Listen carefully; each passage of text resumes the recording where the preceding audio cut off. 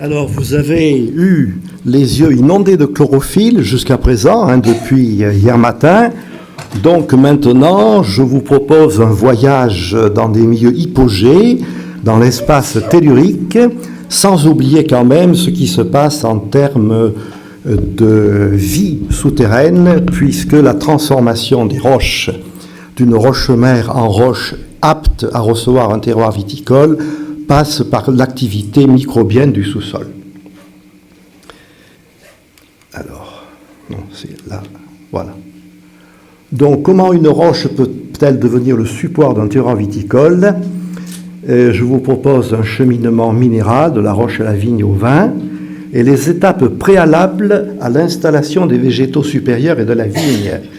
Et les deux familles d'exemples que je vous propose d'explorer en ma compagnie, ce sont les roches magmatiques du Rhône Nord et les terroirs de Châteauneuf-du-Pape.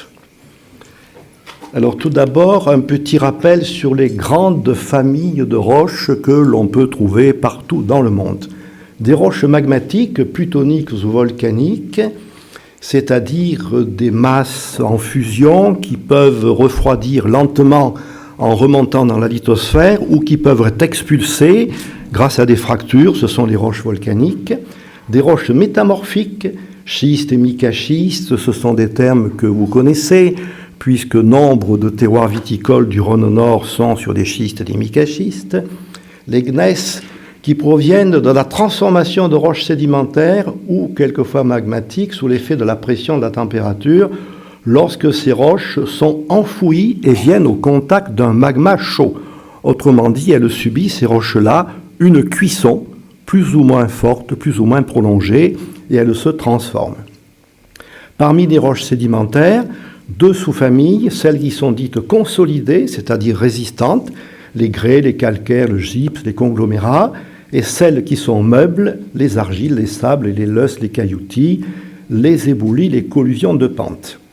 Toutes ces roches, absolument toutes, 100% des roches qui existent à la surface de la Terre, peuvent posséder une fonction terroir. Mais il faut pour cela qu'elles aient subi un minimum d'évolution, un minimum de transformation. Et nous allons commencer par les magmatiques plutoniques avec quelques images. Voilà un granit très fréquent en Rhône septentrional, un granit riche en mica noir. Vous voyez toutes ces taches noires, ce sont des grains de mica. Et tout ce qui est blanc est constitué par du quartz et du feldspath. Un granit très particulier, celui dit de Tournon, que l'on retrouve en Saint-Jean, que l'on retrouve aussi dans la pyramide granitique de la partie ouest de l'Ermitage. Les feldspaths sont de très très grande taille et depuis longtemps ils ont été baptisés granit dents de cheval parce que les feldspaths atteignent des tailles pluricentimétriques. Roches métamorphiques, nous sommes là à Ampuis, dans un espace côte brune. Ce sont des roches qui sont très plissautrées, très laminées.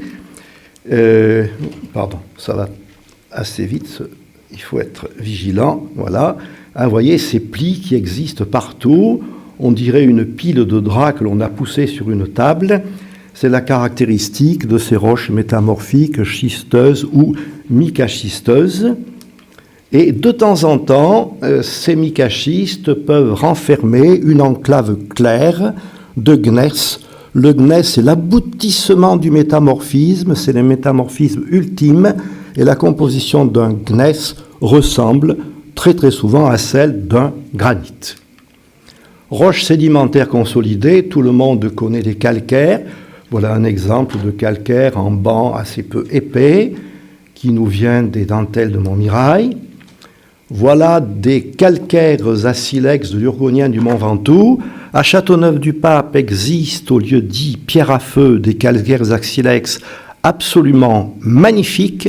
Et il faut savoir que les silex qui se forment et que l'on trouve dans des roches sédimentées en contexte océanique sont tout simplement des épigénies de terriers de crustacés. En effet, les crustacés qui cheminent en galerie dans les vases lorsqu'elles ne sont pas consolidées arment leur galerie avec un mucus qui lui-même contient des petites particules, des brides végétaux ou bien des micas ou des quartz, pour que le terrier ne se casse pas la figure, tout simplement. Ce sont des détritivores, donc des crustacés qui mangent des débris qui ont été sédimentés dans ces vases. Et au moment de la compaction de ces vases, des solutions qui peuvent être minéralisées en silice partent, sont expulsées, elles viennent au contact de ces couches plus ou moins riches en terrier, et c'est sur le mucus de ces terriers que la silice va cristalliser. Donc tous les silex de la craie du bassin de Paris, tous les silex de notre urgonien du sud de la France, donc roches sédimentées, calcaire de la craie, ou chez nous le barémien bédoulien de facèse urgonien, tous sont des épigénies de terriers de crustacés. Autre roche sédimentaire connue, les marnes. Alors la définition d'une marne, c'est 50% de calcaire, 50% d'argile, définition idéale. On a tous les intermédiaires entre une argile calcaire, une marne, un calcaire argileux et un calcaire. C'est un continuum que l'on trouve partout dans tous nos espaces. Autre roche sédimentaire consolidée, un grès à ciment calcaire, une belle image prise à Baume de Venise. Vous voyez, ce sont des matériaux résistants qui laissent dans le paysage un relief tout à fait conséquent. Et c'est ce que, dans le comtat venaissin, on appelle des safres. Dès que l'on franchit Montélimar, au nord, dans le Bas-Dauphiné, les Savoies, la Suisse, on appelle ça des molasses. Ce qui ne veut pas dire que ce sont des roches tendres, mais des roches dans lesquelles existent des bancs constitués de grains grossiers, très très riches en quartz, dans lesquels on peut tailler des pierres de meule. Donc ça vient en fait du latin, un bas latin de légionnaire, mola, qui veut dire la meule. Autre type de grès, mais cette fois-ci à ciment siliceux, donc c'est 100% de silice, du quartz cimenté par de la silice, avec le bel exemple du Haut-Königsbourg, à Orschwiller, près de Sélestat. La cathédrale de Strasbourg est entièrement construite avec ce genre de grès à ciment siliceux, dont la teinte rose est absolument admirable, quelques pigments d'oxyde de fer. Roche meuble cette fois-ci, nous revenons en Côte-du-Rhône septentrionale avec des loess qui sont là au-dessus des micachistes de la côte brune. Ce sont des roches relativement tendres qui sont abondantes, en particulier dans la partie orientale de la colline de l'Ermitage. C'est là-dessus que l'on installe les cépages blancs et non pas sur la partie granitique qui constitue l'ouest de l'Ermitage. C'est là-dessus également qu'en Saint-Jean, on a aussi la Marsanne et la Roussanne. C'est également une terre, cette terre le Sic, très favorable à l'arboriculture et aux abricotiers ou aux pêchers, surtout aux abricotiers, s'agissant en tout cas de la colline de l'Ermitage. Alors c'est une roche d'origine éolienne. En effet, pendant les périodes glaciaires, et nous y reviendrons tout à l'heure, que le Quaternaire a connues, et qui sont assez nombreuses, le sol était armé d'une végétation extrêmement pauvre, d'une densité très très faible, 3 brins d'herbe qui se couraient après, et autour des grandes masses glaciaires, aujourd'hui encore, les vents sont violents, et ils ont pu prélever des poussières à la surface du sol, les prélever, les envoyer, les collecter, les charrier, et puis, dans des systèmes tourbillonnaires, les déposer à certains endroits. Les loess sont là pour matérialiser cette paléoclimatologie quaternaire de milieux extrêmement froids. Alors, je vous ai déjà dit que toutes ces roches peuvent devenir des terroirs viticoles à condition d'avoir été transformées.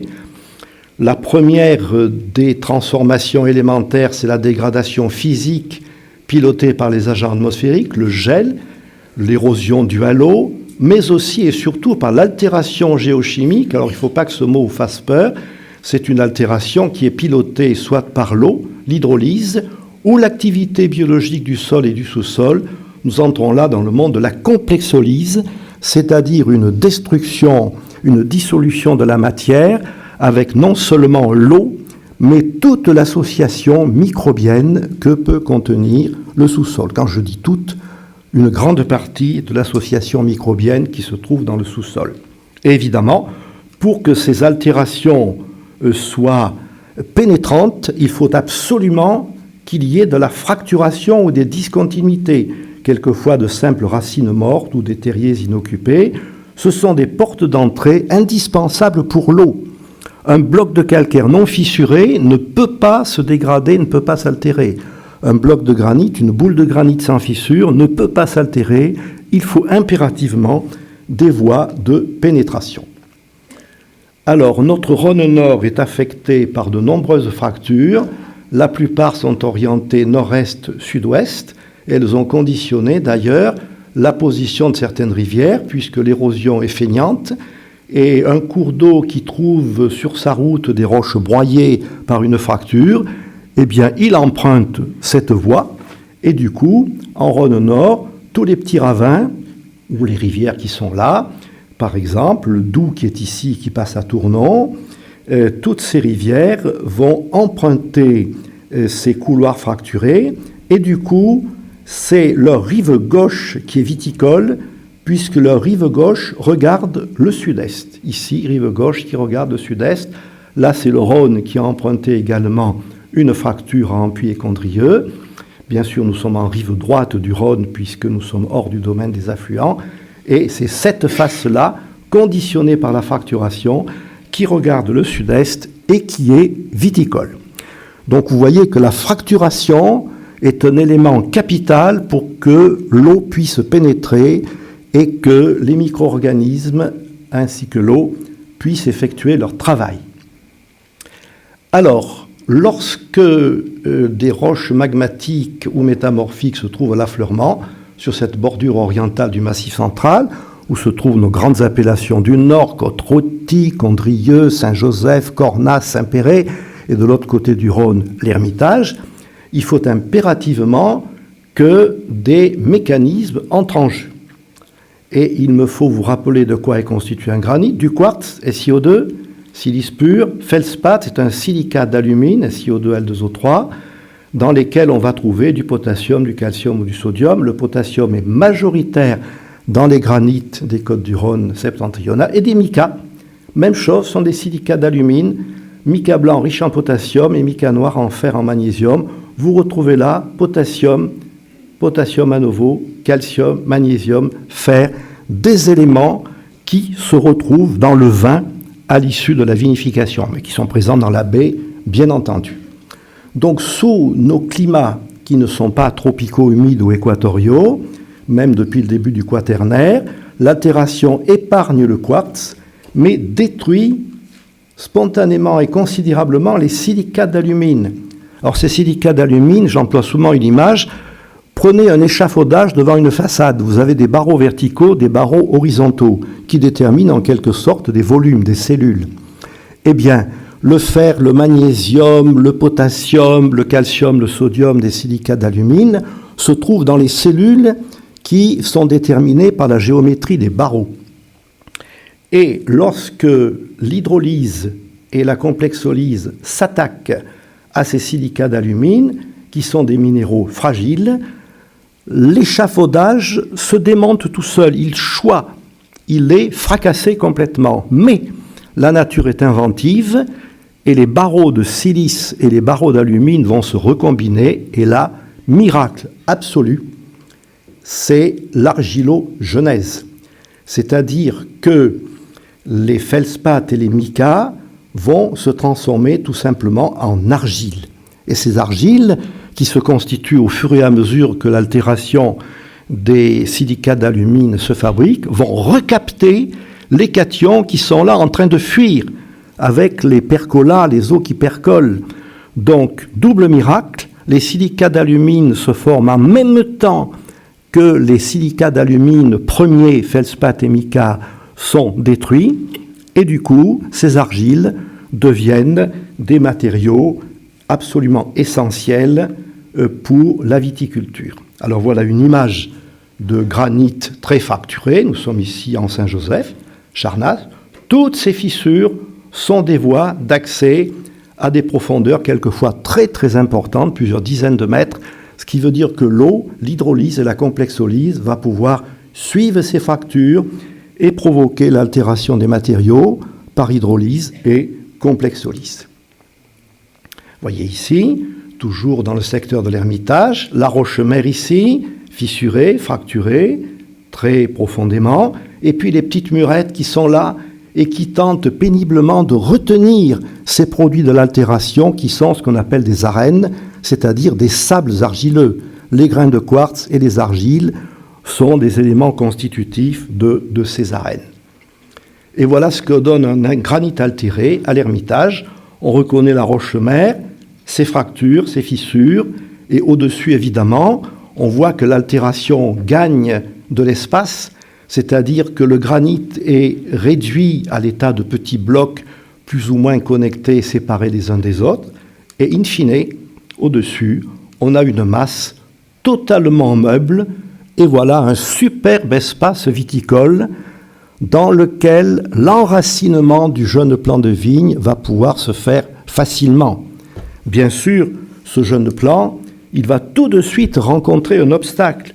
Voyez ici, par exemple, juste sous la chapelle, vous voyez la roche-mère qui est là, et le petit muret qui retient les matériaux meubles.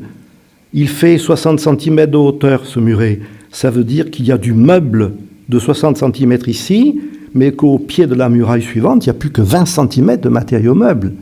Donc, le petit cep se trouve imposé de devoir visiter la roche-mère en profondeur.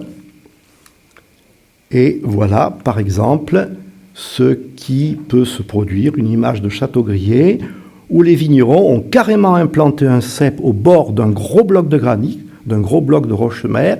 Le cep se porte à merveille. Lui, il est entré avec 10 cm de meubles directement dans les fissures argilisées de la roche-mère. Et au microscope électronique, voilà à quoi ressemble l'une des argiles connues dans ce monde extrêmement vaste des argiles, la kaolinite. Donc tout le monde a entendu parler de kaolin, qui est une des substances destinées à fabriquer la porcelaine, également à faire des papiers couchés.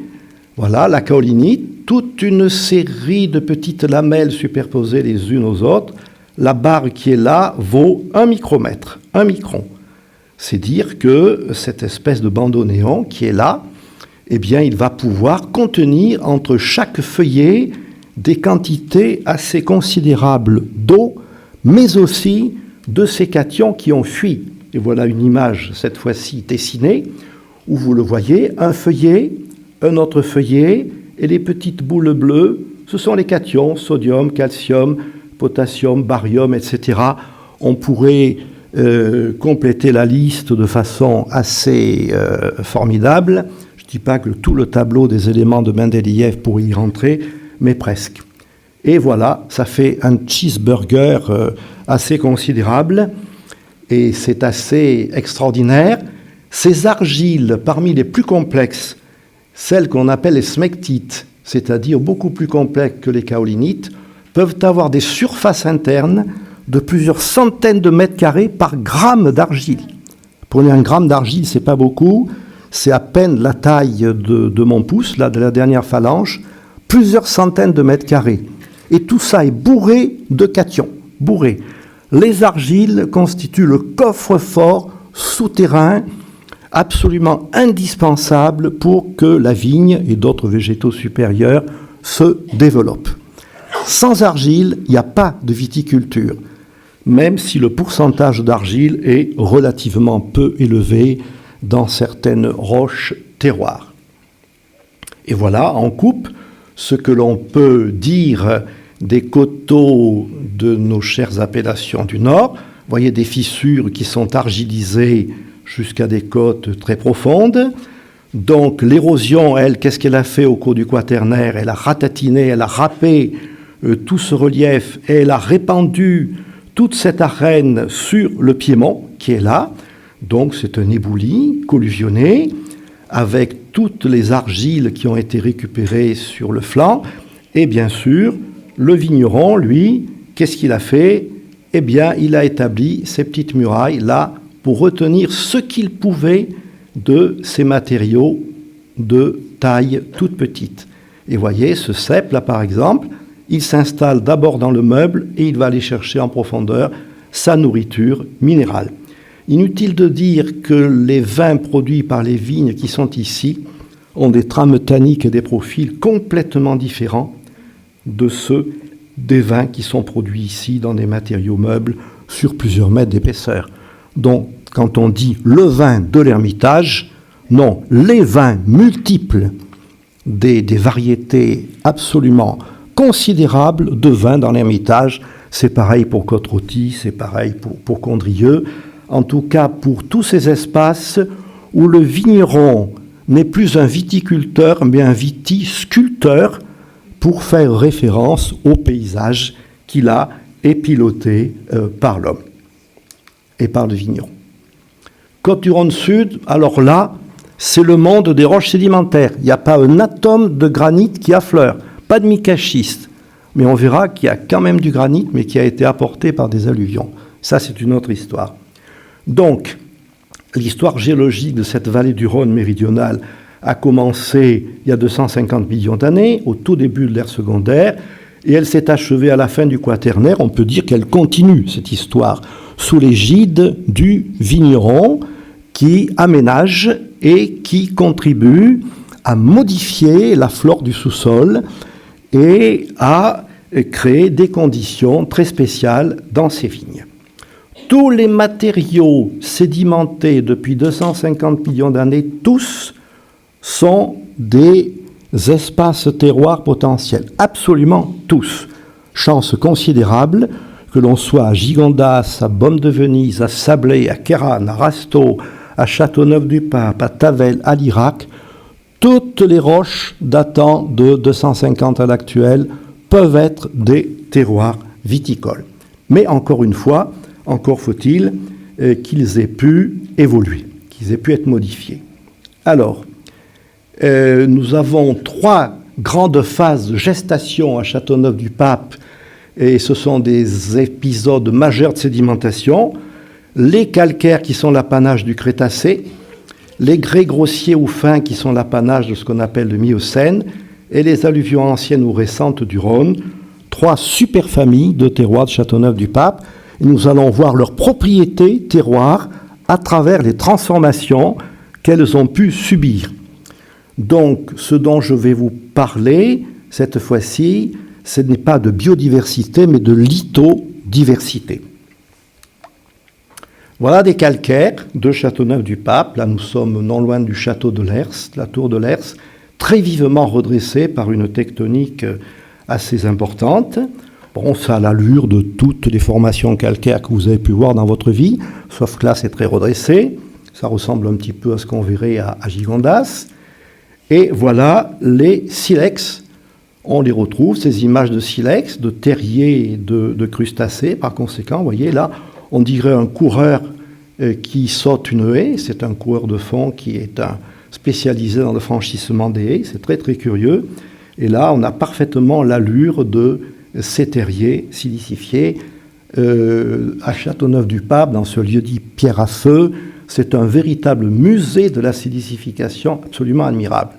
Deuxième grande phase de sédimentation, le Miocène. Ça commence à moins 23,5.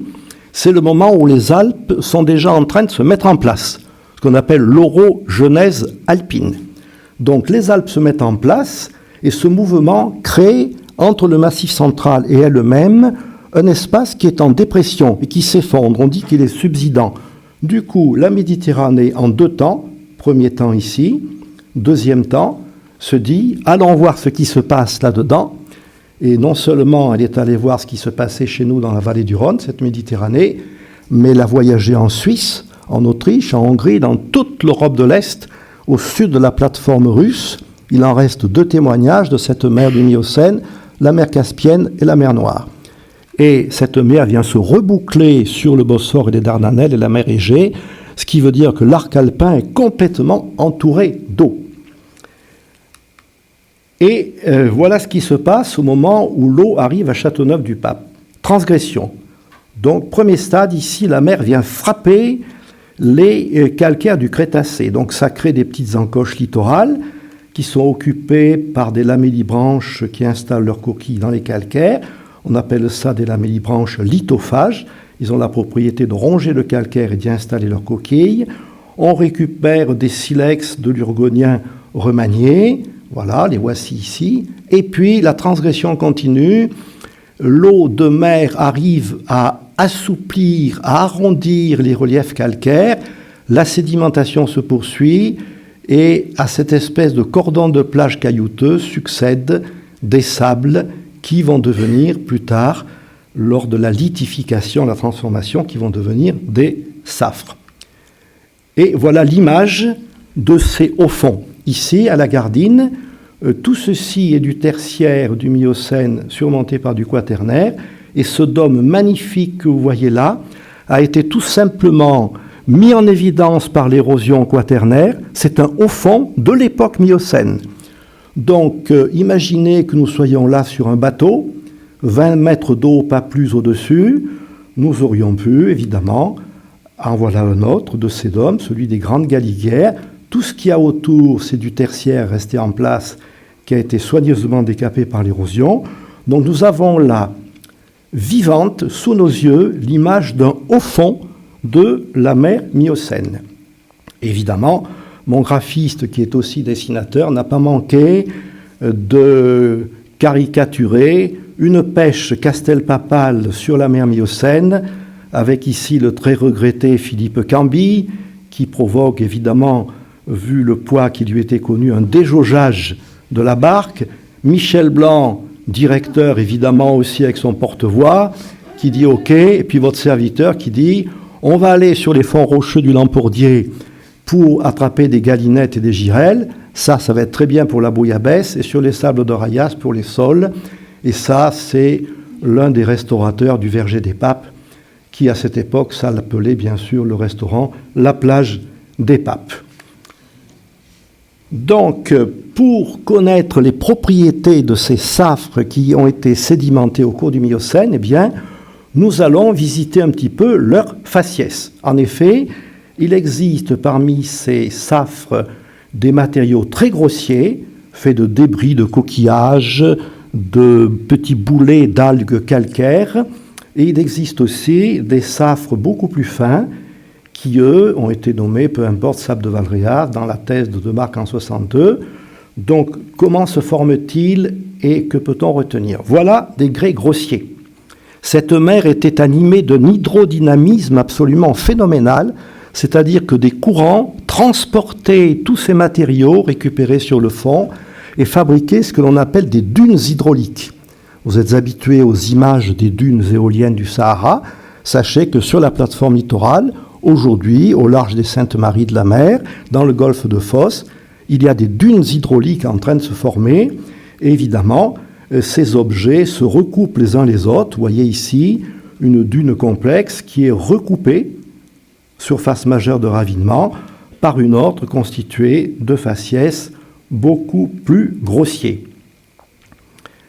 Au contraire, des safres fins, voilà un talus, celui du quartier de la Guigasse, avec les matériaux sont massifs, beaucoup plus fins, et c'est dans ces matériaux-là qu'apparaissent, viticolement parlant, les très renommés sables de Rayas, à Châteauneuf-du-Pape. Et on peut lire les effets de la marée dans ces sables. Bon, c'est un petit clin d'œil intellectuel plutôt. Vous voyez, on voit les sables, puis on voit des petits chips là, des petites couches blanchâtres. C'est de l'argile, ça. Voilà, ici, vous voyez, qui ondule un petit peu. Alors, en marée montante, le sable est animé de petites ridules. Lors de l'étale de marée, les fines se déposent dans le creux des rides. Et lors de la marée descendante, les crêtes de ces rides sont scalpées. Quelquefois, elles sont magnifiquement conservées. En tout cas, il est amusant de savoir que sur certains talus de safre de Châteauneuf-du-Pape, on peut reconstituer les épisodes de marée de l'époque Miocène. Donc là, nous sommes vers moins 15 millions d'années. Quaternaire. Alors, au Quaternaire, la mer Miocène vient de disparaître. C'est une époque très singulière qui est caractérisée par un Rhône qui se met en place, qui occupe tout l'espace. Je l'appelle le Rhône en majesté parce qu'il a un lit d'une largeur phénoménale. Il transporte énormément de matériaux et au tout début de sa naissance, ce Rhône, il bénéficie des eaux du Rhin. Parce qu'en effet, le haut bassin versant du Rhin, l'Aar, au lieu d'emprunter le couloir rhénan, se déversait dans le Doubs, qui est un affluent de la Saône, qui est un affluent du Rhône. Autrement dit, à cette époque-là, le Rhône, il était non seulement royal, mais par référence à l'empereur d'Allemagne, il avait un débit impérieux et impérial. Donc, ce Rhône se met en place il couvre sa vallée. Qu'avons-nous de cette époque-là? Nous sommes vers moins 2,5-2,6 millions d'années, c'est le tout début du Quaternaire, c'est le moment où naissent toutes les grandes terrasses alluvionnaires caillouteuses, Châteauneuf-du-Pape avec l'Irak, les Costières de Nîmes, un petit peu plus haut, Grignan-les-Adémars également. Mais c'est également l'époque où se trouvent en succession, en alternance, les phases glaciaires et interglaciaires, qui sont des marques de fabrique du Quaternaire. Alors, qu'en est-il des grandes phases glaciaires? Voici à gauche la plus importante de toutes. Elle est datée vers moins 450 000 ans. Les glaciers alpins atteignent Lyon. Et à la Croix-Rousse existe ce qu'on appelle le gros caillou. Vous voyez, par rapport aux immeubles derrière, on voit bien sa taille. C'est un bloc qui vient du cœur des Alpes, un bloc de quartzite qui a été déposé par la moraine frontale du lobe, ici, du lobe alpin.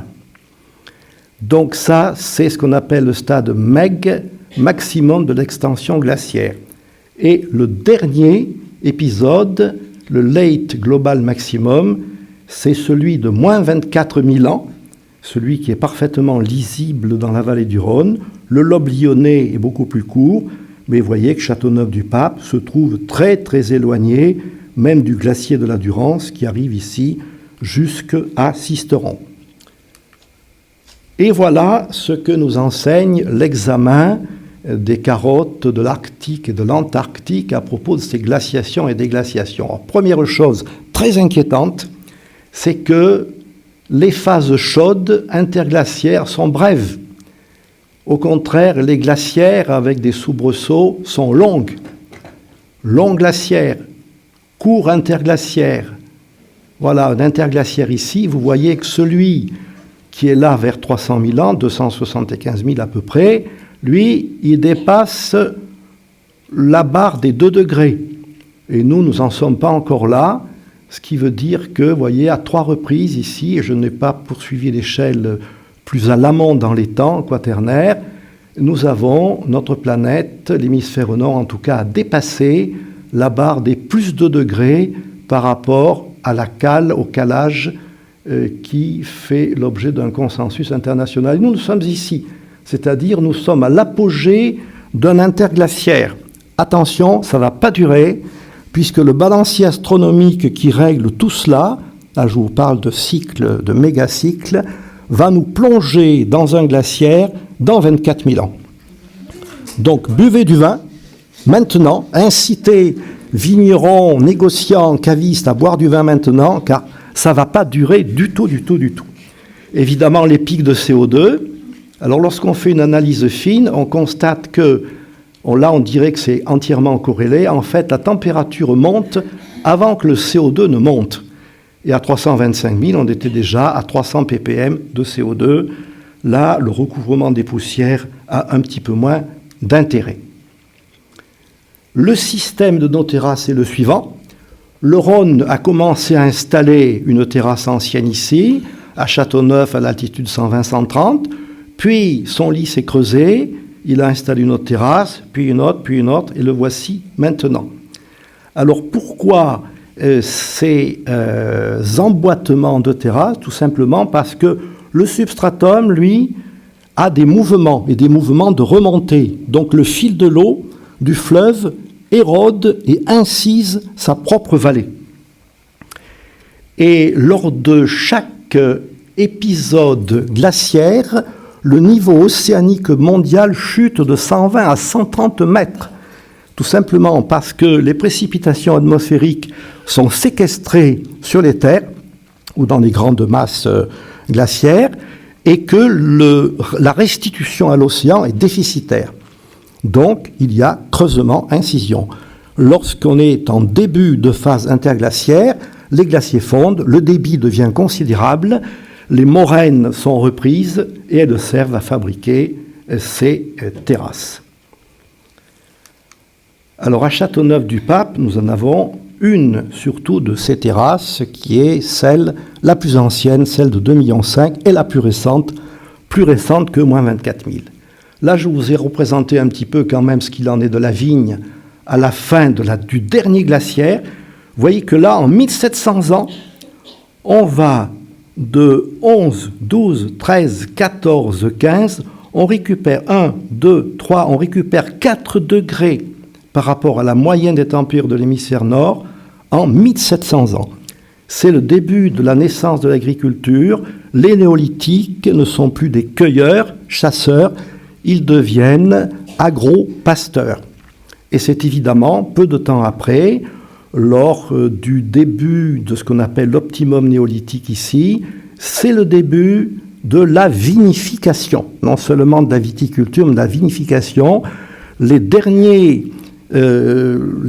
données concernant le Caucase et la Géorgie, qui sont assez récentes, nous montrent qu'il y a 8000 ans, des jarres sont revêtues de tartrate de potassium, ce qui est le signe de la vinification. Quand on trouve des pépins, on n'est pas sûr du tout qu'il y ait eu vinification. Si on trouve des dépôts de tartre, là, il y a eu transformation du raisin en vin. Donc, magnifique optimum néolithique ici, avec déploiement de la vigne, l'optimum du bronze, culture de la vigne en Grèce, puis l'optimum du fer, l'arrivée des Grecs, 2600 par rapport au zéro pour nous, l'optimum romain, l'optimum médiéval, l'optimum contemporain. Et là, vous voyez, j'ai figuré ce qui nous attend. Et sous forme d'un petit âge glaciaire, mais il va être méga puisqu'il va descendre jusqu'en dessous de la base du tableau. Il faut savoir que lors de ces optimums, l'optimum néolithique, l'optimum romain, on est très renseigné là-dessus grâce à l'analyse des bois qui sont dans les moraines, les glaciers des Alpes avaient disparu. Les glaciologues suisses et français, alpins, sont formels, il n'y avait plus de glaciers dans les Alpes. Donc c'est un phénomène quand même à prendre en compte. Or là, nous parlons de temps à notre échelle. On n'est pas dans des temps géologiques, hein. Donc c'est peut-être un petit peu à considérer par rapport à ce qui se passe aujourd'hui. Alors, la naissance des terroirs de Châteauneuf, comment les terroirs naissent à partir des matériaux qui sont sédimentés, les calcaires, les grès grossiers, les sables, les galets roulés et autres, eh bien on va les voir. Voilà une carte géologique de Châteauneuf. Tout ce qui est en vert ici, c'est la partie occidentale calcaire. Tout ce qui est de teinte claire jaune ici, c'est tout ce qui est safre fin. Tout ce qui est un petit peu plus foncé, ce sont les grès grossiers. Et les terrasses les plus anciennes apparaissent en ocre ici, la Crau, la terrasse de Montredon-Cabrières, et les terrasses récentes, celle du sud de Sorgues et celle de Beaucastel au nord ici, les voilà figurées en gris. Donc voilà comment sont en place ces matériaux. Bilan. Lorsqu'on fait le bilan, ce sont les sables de Safre et les grès qui tiennent le pompon, 1800 hectares. Terrasse Villafranchienne ancienne 500, récente 525, la récente nord 100, les calcaires 250, et on aboutit à 3200 hectares, qui est la surface viticole déclarée à Châteauneuf-du-Pape. Donc contrairement à une idée reçue, ce ne sont pas les terrasses anciennes, emblématiques, photographiées des millions de fois, qui sont les plus répandues à Châteauneuf-du-Pape, ce sont les terroirs sableux, souvent maquillés et recouverts tout simplement des colluvions qui nous viennent de hautes terrasses et qui glissent sur pente là, et qui viennent éparpiller 3-4 galets par-ci par-là, et un petit peu d'argile. Donc voilà le cadre. Nous revoici au début de la mise en place du Rhône. Voilà la vallée du Rhône à moins de 2,6 millions. La vallée du Rhône dépasse largement Avignon et vient poser des galets ici sur l'appellation Gadagne. Elle fabrique aussi ce qui va devenir les costières du Rhône, les costières de Nîmes. La Durance, elle, qui a un bassin versant mitoyen de celui de l'Isère, nous apporte des matériaux, l'accro d'Arles, l'accro de Miramas, Et ces apports vont même enrichir la terrasse rhodanienne ici en Costières de Nîmes. L'érosion travaille et aujourd'hui de cette vaste terrasse, il n'y a que la terrasse ici que l'on voit à Montélimar Sud, à Donzère, ici Châteauneuf-du-Pape, Tavel-Lirac, un petit morceau à Gadagne et le vaste lambeau des Costières de Nîmes. Donc, les matériaux qui ont constitué ces terrasses et les quartzites, en particulier ces galets de teinte ocre que l'on va voir tout à l'heure en détail, on sait d'où ils viennent, de la Tarentaise et de la Vanoise. Donc c'est l'Isère, grande rivière qui a son bassin versant au cœur des Alpes, qui a apporté et livré au Rhône tous ces matériaux, lequel Rhône les a déposés dans le sud de sa vallée. Donc lorsqu'on examine un affleurement de quartzite dans les Alpes, voilà ce que cela donne. Vous voyez, des stratifications obliques là, qui sont des signes de courant, justement, ce sont des fragments de dunes hydrauliques de l'époque, mais ça a 230 millions d'années. On n'est pas dans le Miocène, on est au tout début du secondaire, on est dans le Trias. Donc ce sont ces matériaux qui ont été arrachés du cœur des Alpes, propagés par l'Isère et livrés par l'Isère au Rhône. Et cela nous donne ces images-là, la grande terrasse de l'Accro, ici, la voici également, là. Cet océan de pierre pose question aux visiteurs. Comment la vigne arrive-t-elle à pousser ? Chers vignerons, mais vous êtes cruels, vous installez des plants de vigne dans un tas de cailloux pareils. Qu'est-ce que ça veut dire ? Il faut interrompre ça tout de suite, il faut mettre de la terre arable là-dessus. C'est vraiment un traitement inimaginable que vous infligez à la vigne. Alors, pourquoi y a-t-il que des galets de quartzite ou presque? Voilà quelques morphologies, vous voyez, des blocs parallélépipédiques, des blocs qui contiennent des restes de lamination de la sédimentation originaire, des blocs plats. Ça, c'est des grands classiques que l'on trouve à Châteauneuf, je passe assez rapidement. Voilà encore, vous voyez, des figures de sédimentation de l'époque du dépôt qui ont été conservées dans ce galet. Et on arrive même à trouver des galets qui ne sont plus des galets. Voilà le bloc de quartzite qui est à la Gardine, la bouteille donne l'échelle, 502 kilos. Donc il faut imaginer des crues, non pas millénales, mais 5 ou 10 millénales pour charrier des blocs de cette taille et de ce poids. Mais ça existe, hydrauliquement, c'est possible. Tout à fait possible. En tout cas, c'est le record Castelpapal en matière de taille de galets de quartzite. Alors, pourquoi c'est décidément ce bouton, pourquoi il n'y a-t-il que des galets de quartzite dans ces terrasses, ou presque? Tout simplement parce que le dépôt initial est constitué d'un mélange. Il y a beaucoup de calcaire emprunté à la Grande Chartreuse, au Vercors. Il y a des granites empruntés au Mont Blanc, au Pelvoux, et il y a bien sûr des quartzites, une matrice fine, sableuse ou sablo-argileuse. Mais postérieurement à ce dépôt, une activité importante d'hydrolyse se met en place. C'est une altération climatique. Qu'est-ce qu'elle va faire, cette altération? Elle va solubiliser les calcaires, donc il ne va presque plus en rester. Elle va attaquer les granites et elle va faire la même chose sur les galets que ce qu'elle était capable de faire sur les affleurements de l'Ermitage, de Côte-Rôtie ou de Condrieu. C'est-à-dire que les silicats d'alumine vont devenir des argiles. Du coup, stade final, la terrasse s'est affaissée par perte de calcaire, il en reste un tout petit peu, et les galets de quartzite, quasi exclusifs, se trouvent emballés dans une matrice argileuse. Donc, bien entendu, la vigne, lorsque ici la surface est nettoyée par les pluies, ne présente que les galets de quartzite, mais on creuse 20 cm et ça y est, on est dans les argiles. Donc cette transformation absolument bénéfique pour la vigne, la voici en coupe, avec des matériaux rouges. Vous voyez les galets de quartzite qui sont là, qui pointent leur nez, dans cette grande tranchée de reconnaissance. Et du coup, cette terrasse caillouteuse polygénique qui aurait pu être d'une banalité épouvantable est devenue un très grand terroir viticole parce qu'il y a là eu argilogenèse Par conséquent, de quoi retenir l'eau et surtout constituer le coffre-fort minéral dont la vigne va se repaître. C'est dans ces argiles que la vigne va trouver le potassium, le magnésium, le calcium, le sodium, le fer, le manganèse, le zinc, le molybdène, etc. Tous les oligo-éléments métalliques et les éléments majeurs. Ça, c'est capital. Voilà une photo un petit peu rapprochée. On va passer assez vite. Et voilà, un galet de quartzite coupé en deux. Là, enfin, c'est pas le même, pardon. Deux morceaux de deux galets différents. Vous voyez la blancheur qui est là. Et un petit cortex ferrugineux coloré qui se déploie ici. Ce sont les oxydes de fer. D'où vient ce fer? Du mica noir des granites. Tout le fer vient du mica noir des granites. Silicate d'alumine qui a été déglingué par l'altération.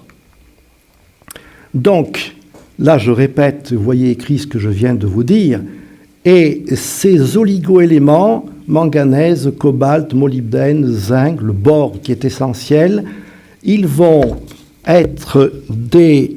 Merci, ça va être dit ça. Ces oligo-éléments vont être des cofacteurs métalliques qui vont entrer dans la constitution des enzymes qui vont à leur tour fabriquer toute une série de molécules aromatiques. Donc ce que prélèvent les radicelles dans ce substrat argileux, c'est une solution minérale. Quand on dit l'eau du sous-sol, c'est une solution minérale. Et la sève descendante, elle apporte l'énergie pour que la mycorhisation qui est là-dedans puisse travailler activement. Alors là aussi, mon graphiste s'est amusé à propos des vins des terrasses caillouteuses, avec un consommateur, un dégustateur surpris de voir se reformer dans son verre des galets de quartzite. Naissance des terroirs sableux, c'est extrêmement simple. Il faut absolument décaper le complexe villafranchien, mettre les sables à l'affleurement, faire en sorte que le système racinaire descende dans des fissures, que l'hydrolyse et la complexolyse solubilisent le ciment carbonaté qui lie les grains de quartz, et nous obtenons un sable, tout simplement, le voilà. Voilà des vignes de Rayas, ici, les fameux sables de Rayas. Il n'y a pas beaucoup d'herbes dans la vigne. En tout cas, ce sont des sables de Safre. Ce sont des Safres qui ont été sablifiés, là encore, par évolution, c'est-à-dire solubilisation du ciment. Même combat pour les grès grossiers. Les grès grossiers, eux, sont beaucoup plus stables, ils ne se sablifient pas. Par contre, ils sont parcourus par des fissures que les racines visitent. Des matériaux fins descendent dans ces fissures. La vigne déploie son système racinaire là-dedans, prélève des solutions minérales. Voilà une image de Nalis, voilà une image de Vaudieu. Vous voyez, c'est très pierreux, mais aussi c'est également très brun lorsqu'il y a beaucoup de ces matériaux argileux en surface. Naissance des terroirs calcaires, très simple là aussi, décapage de la terrasse villafranchienne, décapage du Miocène, des Safres, mise à nu des calcaires, et du coup, eh bien, le système racinaire, lui, il descend dans tout ce qui est fissuré, et cela lui demande à la vigne une énergie considérable, parce que la petite racine descend, elle trouve une dalle horizontale, elle chemine à l'horizontale, elle trouve une fissure verticale, est encore arrêtée. On parle rarissimement, pour ne pas dire jamais, des bilans énergétiques concernant la mise en place d'un système racinaire dans des roches massives de ce type-là. Et c'est bien dommage parce qu'on pourrait le faire. Vous voyez, ça donne ça, c'est-à-dire un océan caillouteux qui interpelle le visiteur. Mais si on examine quelques surfaces un petit peu plus loin, voilà encore, vous voyez, on se dit c'est du minéral, c'est terrible. Comment la vigne pousse-t-elle? Eh bien voilà, elle pousse parce que existent, surtout dans les pieds de versant, ces matériaux fins, riches en argile et en sable, dans lesquels la vigne s'enracine. La terrasse récente, elle s'est déposée postérieurement à la dernière phase glaciaire. L'érosion a entamé l'érosion du Haut-Rhône considérablement le substratum, jusqu'à des côtes très très basses. Et là voilà, cette terrasse récente qui est là. Et elle possède un petit secret, cette terrasse récente. Là, je vais passer parce qu'il ne reste plus de temps. Voilà. C'est ceci. C'est que l'altération, comme elle est très récente, elle n'est pas à 2,6 millions, elle est aux alentours de 15 000, moins 15 000 ans. L'altération du carbonate de calcium s'est manifestée dans les parties hautes, mais ce carbonate de calcium, ce calcaire, a recristallisé à faible profondeur quelque part ici.